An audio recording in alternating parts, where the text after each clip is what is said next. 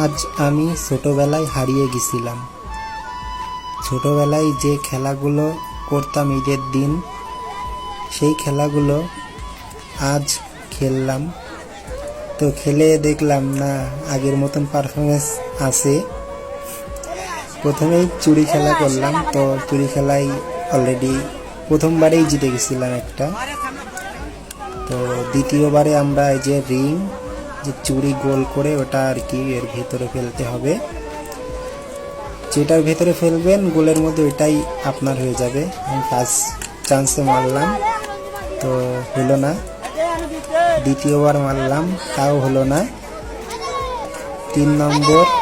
তিন নম্বরে কিন্তু আমি একটা লাক্স সাবান পেয়েছি।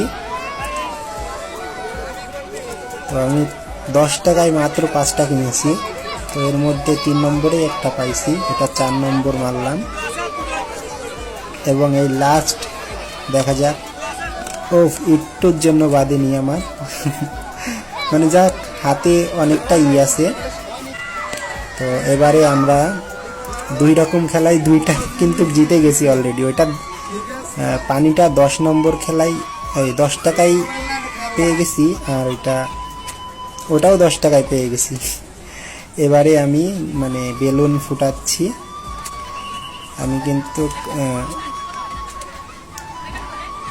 মানে ফ্রি ফায়ার প্লেয়ার, তো অনেক এম আছে হাতে, তো মিস যাবে না।